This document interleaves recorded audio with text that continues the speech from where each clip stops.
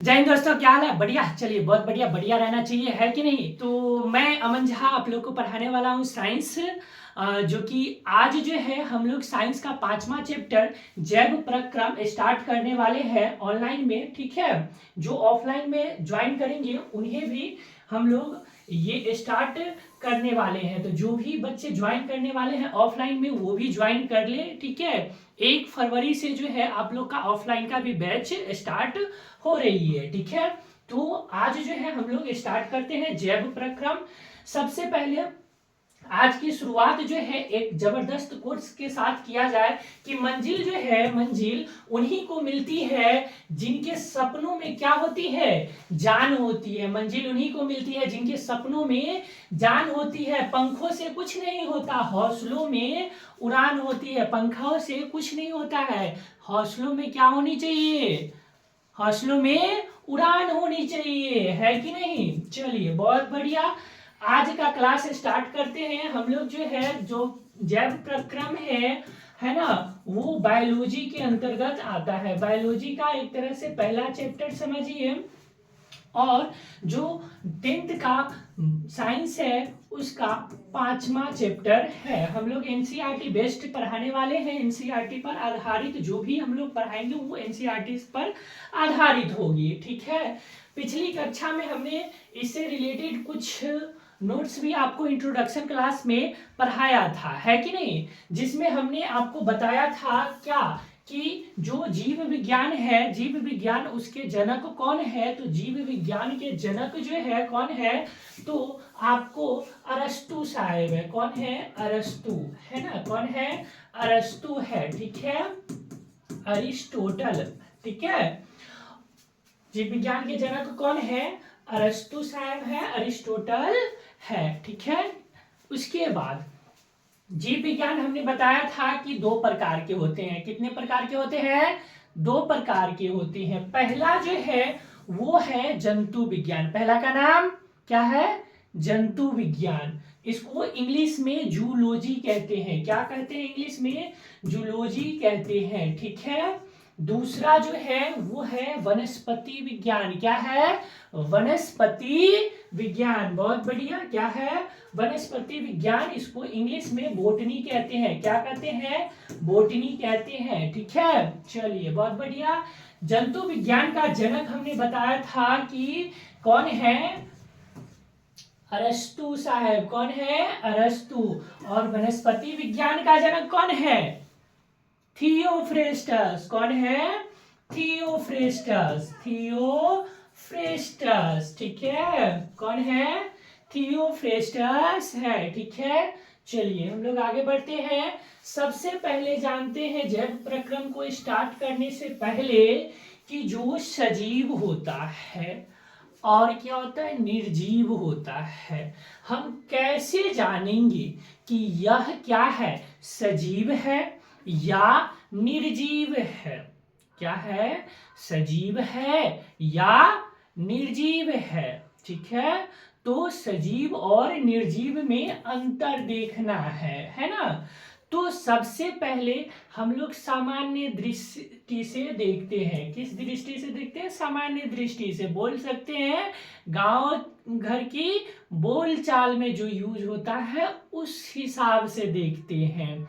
तो उस हिसाब से क्या है, जो दृश्य गतियां होती है, जो हम देखते हैं, क्या करते हैं?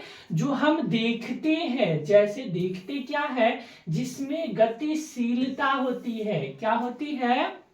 हम लोग किसी भी चीज की गतिशीलता को देखते हैं कि वो गति करता है कि नहीं करता है। जैसे बिल्ली का चलना, हम लोगों ने मान लिया कि यदि बिल्ली चल रही है तो वह क्या है? तो वह सजीव है। अगर वो नहीं चलती तो वो क्या हो गई? निर्जीव हो गई। यह सामान्य दृष्टि है ना? अच्छा, मनुष्य का दौड़ना, मनुष्य का दौड़ना, मनुष्य दौड़ रहा है या शरीर के उसका हिल रहा है ना? तो वह क्या है? वह सजीव है। वह क्या है? सजीव है। और क्या है? और जैसे गाय का जुगाली करना, गाय जो है जुगाली करती है, खाना खाने के बाद जो है वो अपने क्या करती है, जो कहते हैं ना पचवाई कर रही है ना। तो गाय का जुगाली करना, वह श्वसन के दौरान शरीर के अंगों का हिलना। हम लोग श्वास लेते हैं, श्वास लिए तो क्या हुआ, हमारा शरीर मूव किया, बॉडी मूव किया है ना, तो शरीर का हिलना आदि जो है जो हम देखते हैं है ना, ये सभी क्रियाएं जिनमें हो रही है वह सभी क्या कहलाती है? वह सभी सजीव कहलाती है। और जिसमें नहीं होगी, जिसमें नहीं होगी वो निर्जीव कहलाती है। ठीक है। लेकिन लेकिन हम जानते हैं कि पेड़ भी क्या है, वृक्ष भी क्या है, एक सजीव है। तो वो तो गति नहीं करती, तो वो कैसे होगा, वो सजीव कैसे हुआ, है ना। तो यह जो मापदंड है वर्गीकरण के लिए पर्याप्त नहीं बैठा है कि नहीं।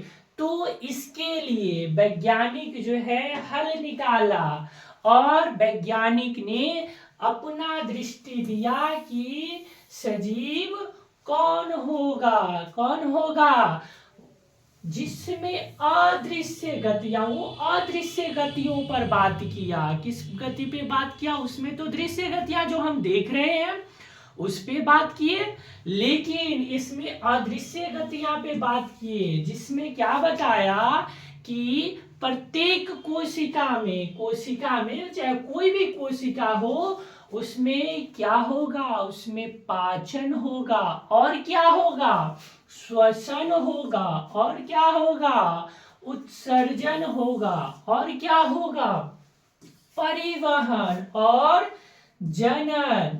संवेदना जो प्रतिक्रिया होती है ना, वह वृद्धि, ये सभी क्रियाएं जिनमें होगी वो क्या कहलाएगी? वो सजीव कहलाएगी। वो क्या कहलाएगी? सजीव कहलाएगी। लेकिन जिसमें भी ये क्रियाएं नहीं होगी वह निर्जीव कहलाएगी। क्या कहलाएगी? निर्जीव कहलाएगी। ठीक है, समझ रहे हैं या नहीं। यह जो गतियां होती है वह आणविक गतियां कहलाती है। यह गतियां कैसी होती है? आणविक गतियां। आणविक गतियां यानी कि यह जो गति है अणुओं के स्तर पर होती है, क्योंकि ये अणु किस पे होता है? अणुओं के स्तर पर, अर्थात बहुत ही छोटे स्तर पर होती है। ठीक है, चलिए बहुत बढ़िया, आगे देखते हैं। जैव प्रक्रम जो हमारा चैप्टर का नाम है, जो चैप्टर 5 है ना, उस चैप्टर 5 का नाम है जैव प्रक्रम। इसको इंग्लिश में कहते हैं लाइफ प्रोसेस। क्या कहते हैं? Life process. क्या कहते हैं? लाइफ प्रोसेस कहते हैं। जैव प्रक्रम किसे कहते हैं? वे सभी क्रिया या प्रक्रम, वे सभी क्रिया या प्रक्रम जो जीवों में, किसमें? जीवों में, किसके लिए? जीवन को बनाए रखने के लिए। किसके लिए? जीवन को बनाए रखने के लिए तथा अनुरक्षण के लिए, मेंटेनेंस के लिए क्या होती है? आवश्यक होती है। वही क्या कहलाता है? वही जैव प्रक्रम कहलाता है। क्या कहलाता है? जैव प्रक्रम कहलाता है। एक बार बोलिएगा मेरे साथ, वे सभी क्रियाएं, क्या? वे सभी क्रियाएं या प्रक्रम जो जीवों में जीवन को बनाए रखने के लिए, जीवों में जीवन को बनाए रखने के लिए तथा अनुरक्षण के लिए आवश्यक होते हैं, क्या कहलाते हैं? वे जैव प्रक्रम कहलाते हैं। क्या कहलाते हैं? जैव प्रक्रम कहलाते हैं। समझ गए? चलिए बहुत बढ़िया, आगे देखते हैं। सबसे अभी जो वर्ड आया क्या? अनुरक्षण, मेंटेनेंस, है ना? क्या अनुरक्षण है? जीवन के अनुरक्षण के लिए किन किन प्रक्रम को की आवश्यकता मानेंगे? करिए, जब अनुरक्षण की मेंटेनेंस की जरूरत है ना? तो ये हमें, जैसे हम लोग गाड़ी खरीदते हैं तो मेंटेनेंस की जरूरत होती है, समय समय पे तेल डालना होता है कि नहीं? उसे सर्विसिंग करवानी होती है, समय पे डीजल डालना होता है कि नहीं? वैसे ही हमारे शरीर को मेंटेन रखने के लिए, अनुरक्षण करने के लिए किस चीज की आवश्यकता होती है? कौन कौन सा ऐसा चीज है जो आवश्यक है? तो सबसे पहला श्वसन। क्या? श्वसन सबसे पहला। बिना श्वसन के हम लोग को एनर्जी नहीं मिलेगी, है कि नहीं? जो हम लोग खाते हैं उससे एनर्जी लेने के लिए हमें क्या करना होगा? श्वसन अनिवार्य है कि नहीं? वैसे ही उत्सर्जन, पाचन, वृद्धि एवं गतियां, यह सभी क्या है? यह सभी अनिवार्य है। ठीक है, यह सभी क्या है? अनिवार्य है। चलिए बहुत बढ़िया, आगे देखिए। हाँ, बहुत बढ़िया। चलिए आगे देखते हैं। अगला प्रश्न है कि हमारी जैसे बहुकोशिकीय, हम लोग, आप 9th में पढ़े होइएगा, नहीं पढ़े होइएगा तो जाकर वीडियो देख लीजिएगा 9th वाला, उसमें हमने कोशिका पढ़ाया है ना? क्या कोशिका कितने प्रकार के होते हैं? 2 प्रकार के होते हैं। बहुत बढ़िया। कौन कौन? एक कोशिकीय एवं बहुकोशिकीय। एक कोशिकीय कौन है? जैसे अमीबा, पैरामीशियम, यह सब कैसा है? एक कोशिकीय है कि नहीं? और हम लोग एक कोशिकीय या बहुकोशिकीय? एक कोशिकीय। हम लोग बहुकोशिकीय है। तो आपने देखा था कि जो अमीबा है ना? चलिए दूसरा पेज में हम लोग देखते हैं। दूसरा पेज में हम लोग देखते हैं, कहाँ है?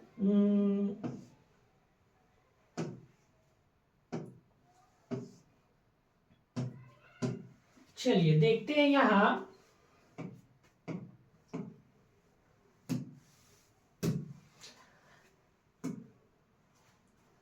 जो अमीबा था, है ना? ऐसा ही अमीबा पढ़े थे ना 9th में? अरे इसका कैसे भी बना दो वो अमीबा ही है ना? कैसे भी खींच लो, मिला दो, ये क्या है?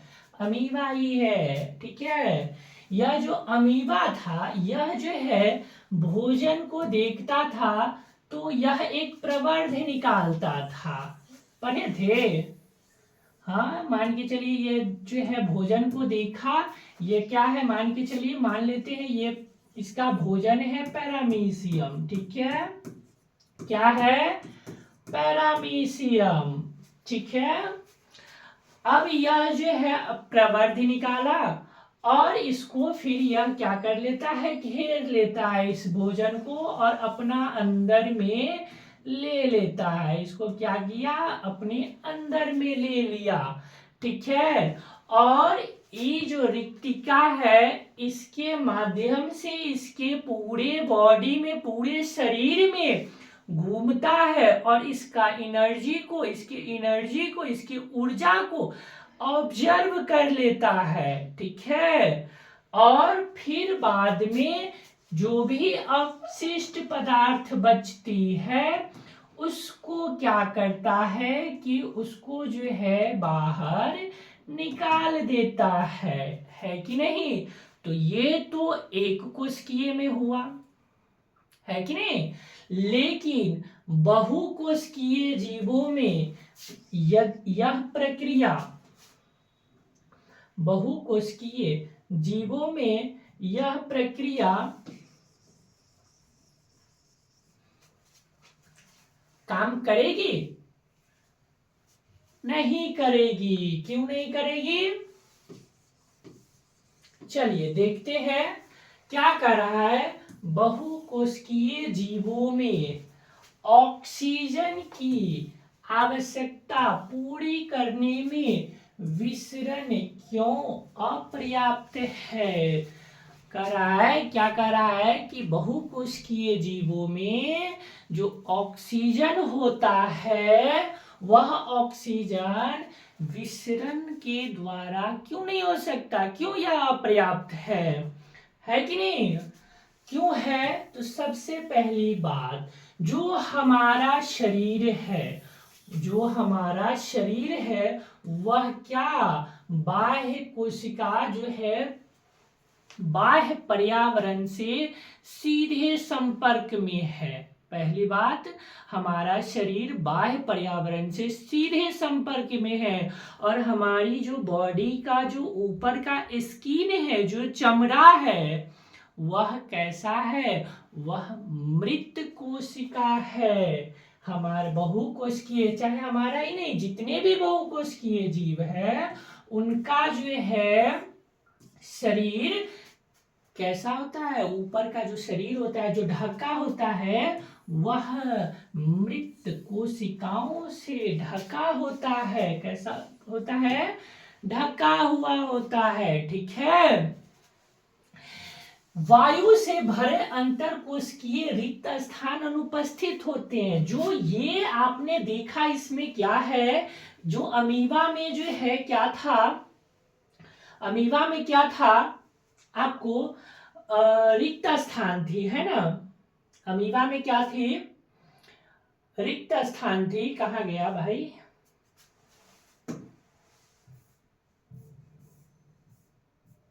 भाग गया। चलिए कोई नहीं। अमीबा में रिक्त स्थान थी, है ना? वह क्या किया? वह उसको विसरण करने में क्या किया? सहायता किया। लेकिन हमारे जैसे बहुकोशिकीय जीवों में वो रिक्तिका नहीं होती है। क्या?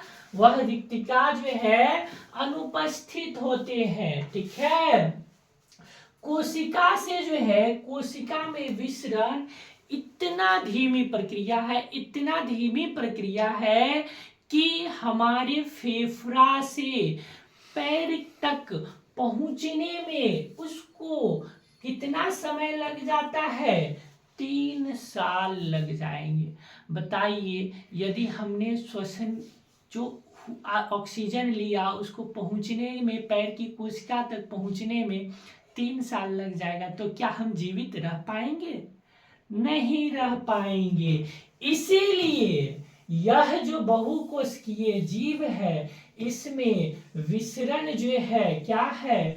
अपर्याप्त है। ठीक है। समझ गए? हाँ, समझे कि नहीं? नहीं समझे? समझ गए? चलिए बहुत बढ़िया। आगे देखते हैं। एक क्वेश्चन और है, किसी जीव द्वारा किन कच्ची सामग्री का उपयोग किया जाता है? किसी जीव द्वारा जो है किन किन कच्ची सामग्रियों का उपयोग किया जाता है? तो भोजन के जो है, सबसे पहला क्या? भोजन का। किसके लिए? ऊर्जा के स्रोत के रूप में जो है भोजन का क्या करता है? भोजन ग्रहण करता है। ऑक्सीजन का। भोजन जो हम करते हैं, जो भोजन हम करते हैं, उससे ऊर्जा प्राप्त करने के लिए, किस चीज की आवश्यकता होती है? ऑक्सीजन की आवश्यकता होती है। ठीक है। बहुत बढ़िया। और किस चीज की आवश्यकता होती है? जल की। हम जो खाना खाए है ना, उसको पाचन में वह और भी करने अन्य कई प्रक्रियाओं के लिए जल क्या है? जल भी आवश्यक है। ठीक है। चलिए, तो आज जो है हम लोग जैव प्रक्रम देखें, जिसमें हमने सिर्फ इंट्रोडक्शन बताया। कल की क्लास में हम लोग जो है देखने वाले हैं पोषण। कल की क्लास में हम लोग क्या देखेंगे? पोषण देखेंगे। जैव प्रक्रम के अंतर्गत सबसे पहला टॉपिक जो है वो है क्या? पोषण। ठीक है, तो मिलते हैं कल के क्लास में। तब तक के लिए जय हिंद।